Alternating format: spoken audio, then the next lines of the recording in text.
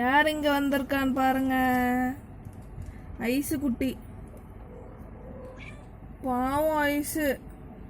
நான் கூட சந்தோஷப்பட்டேன். மிலிட்ரியும் ஐஸ்லாம் ஒன்றா இருக்காங்க. அவங்க என்ன பண்ணாங்க, அவங்க வெளியில் வந்து ஒன்றா படுத்துக்கிட்டு குழந்தைங்க எல்லாரையும் ஒன்றாவே பார்த்துக்கிட்டு ஜாலியாக இருந்தாங்க. ஃபஸ்ட்டு மிலிட்ரி வெளில போகும்போது ஐஸ் பயந்தா. ஆனால் மிலிட்ரி என்ன பண்ணா, நான் ரொம்ப நல்லவான்ற மாதிரி பக்கத்தில் போய் உட்காந்துருந்தா. இவ்வளோ அவளை நம்பிட்டேன். இப்போ ஒரு 10 நாள் கிட்ட அப்படி தான் பார்த்துட்டு இருந்தாங்க. திடீர்னு நேற்று என்ன ஆச்சுன்னா, நேற்றுலேருந்து மிலிட்ரி வந்து ஐஸை வரட்டி அடிக்க ஆரம்பிச்சிட்டா. அதனால் ஐஸு போய் எங்கள் சேருக்கு அடியில் ஒளிஞ்சிக்கிட்டு அவள் சாப்பிட கூட இல்லை, சாப்பிடாம கொள்ளாமே இருந்தா. இப்போ நாங்கள் தான் தூக்கிட்டு வந்திருக்கேன். நான் இப்போ வீட்டுக்குள்ளே தூக்கிட்டு வந்து வச்சுருக்கேன். ஏன்னா ஐஸ் இதுக்கப்புறம் கஷ்டப்படக்கூடாதுன்னு நான் நினைக்கிறேன். அவளோட சந்தோஷமான நாட்கள்னால அவள் குழந்தைங்க பிறந்ததுக்கப்புறம் தான். குழந்தைங்க பிறந்ததுக்கப்புறம் அவங்க கூட விளையாடிக்கிட்டு அவள் அப்போ தான் இந்த வீட்டுக்குள்ளே வந்தா. ஜாலியாக அவள் பாட்டுக்கு இருந்தா.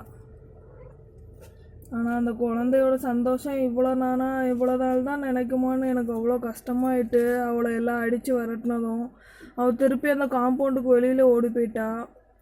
குழந்தைங்களும் இப்போ வந்து பால் குடிக்கணும். இன்னும் 1.5 மாதம்தான் ஆகுது குழந்தைங்களுக்கு. இவ்வளோ நேரத்துலன்னு சாப்பிடவே இல்லை. இப்போ வெளில கூப்பிட்டு வந்துட்டும் சாப்பிட மாட்டேக்கா. இப்படி யோசிச்சுட்டே இருக்கா, இவங்க யாராவது வந்துடுவாங்களோ அடிச்சிருவாங்களோன்ற மாதிரி.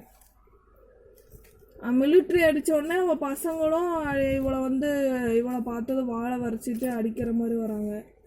ஏன்னா அவங்க அம்மா சொல்லி கொடுத்ததை அவங்க பண்ணுறாங்க.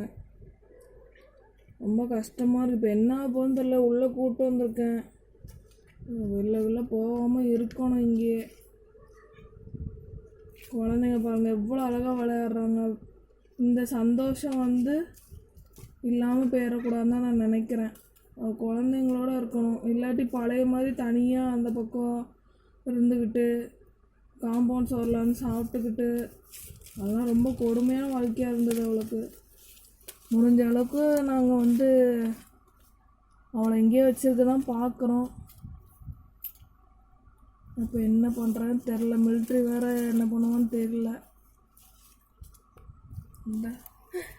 எனக்கு என்ன பையனா, இப்போ ஐஸை வந்து அடித்து வரட்டிட்டாங்கன்னா அப்போ பிள்ளைங்களாம் கூப்பிட்டு போயிடுவா.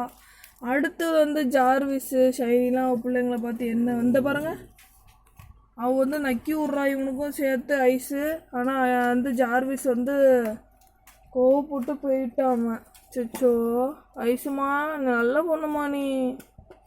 நேற்று வரைக்கும் ஒன்றா விளாண்டுட்டு இருந்தாங்க எல்லாருமே. ஜார்விஸ் விட்ட பால்லாம் குடிக்க போனான். அப்படி இருந்து எப்படி பண்ணுறாங்கன்னா எனக்கு ரொம்ப ஆச்சரியமாக இருக்குது. ஒரே நாளில் மாறிட்டாங்க. குட்டி பூனை முதற்கொண்டு.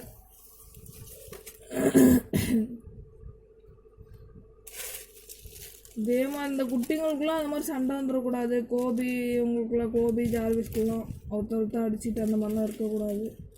அதான் நான் கடவுளை கேட்டுக்கிறேன். மிலிட்ரியும் மாறணும், நல்ல பொண்ணாக மாறணும்.